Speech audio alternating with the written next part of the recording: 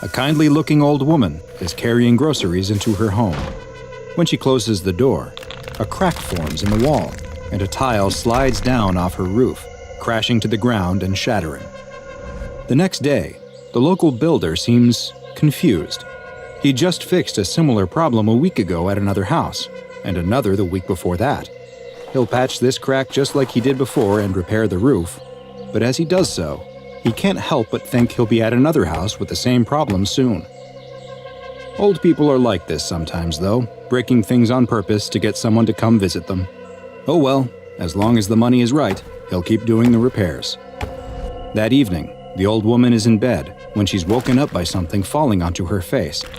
A crack is opened in the ceiling right above her bed, and plaster is falling on her.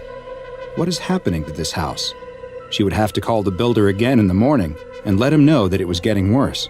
She gets up to clean the plaster dust off her face, but stops halfway to the door. Was that a noise she heard? It sounded like it was coming from downstairs. Another noise. She definitely heard something. Is someone in her home? "Hello?" she cries out. "Whoever you are, you better go. My husband is going to be home any moment, and he won't be happy." The noises seem to have stopped. Maybe she was imagining things. Who would rob a poor old woman, after all? She didn't have anything worth taking. She still needs to wash the plaster off her face, though. She listens for a moment, and when she doesn't hear anything else, she opens the bedroom door and screams. The next day, a child stands in front of the house with a look of shock. Was there an earthquake? How could a house end up like this? They ring the doorbell, but there's no answer. They knock on the door and are surprised to find that the door is open. "Grandma?" the child cries into the quiet house. No response. The child enters and looks around. The house is a mess. Chunks of plaster have fallen off the walls and ceiling. Shelves have fallen over, spilling their contents. And there's broken glass from shattered light bulbs everywhere. The boy looks up the stairs and can see that his grandmother's bedroom door is open and the light is on. "Grandma, are you up there?" Still no response. The child nervously starts up the stairs, gripping the railing tight. They quietly make their way to the bedroom and step into the sliver of light coming from the cracked door.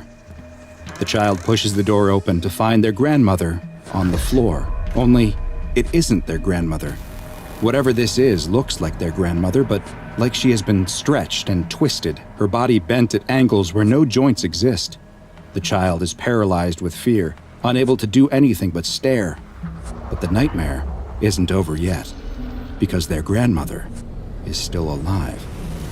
Sadly, reports like these are all too common in this small town that is plagued by attacks from SCP-783, also known as the Crooked Man.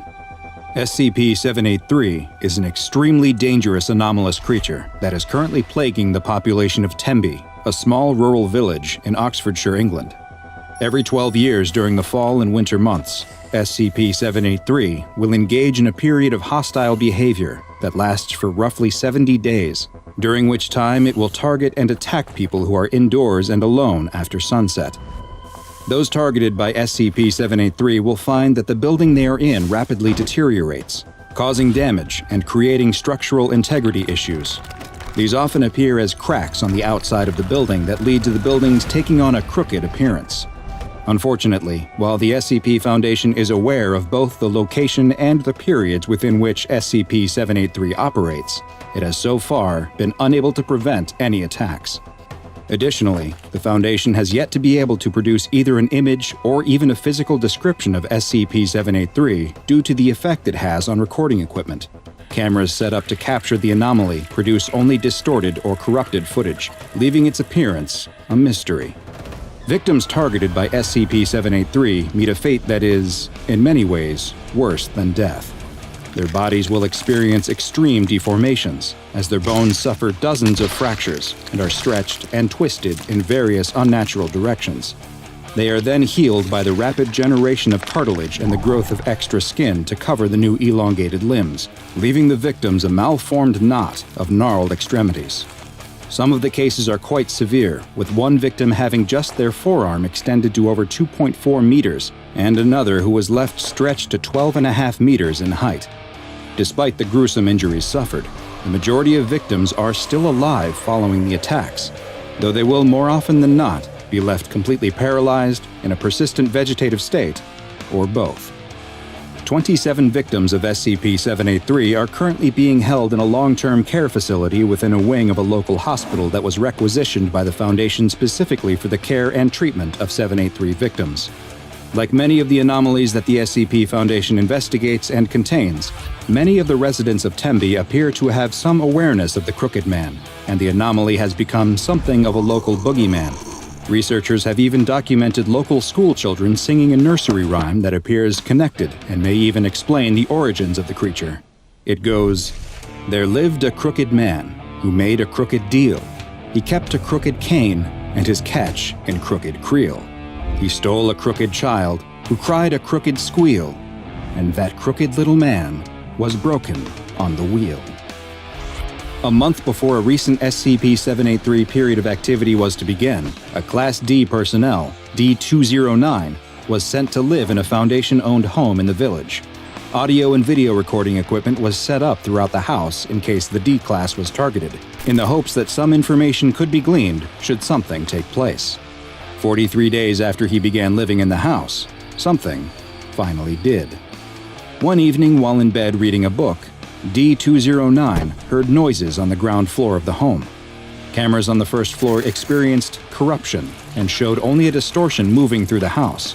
When D-209 attempted to leave the bedroom and escape the home, they immediately encountered SCP-783.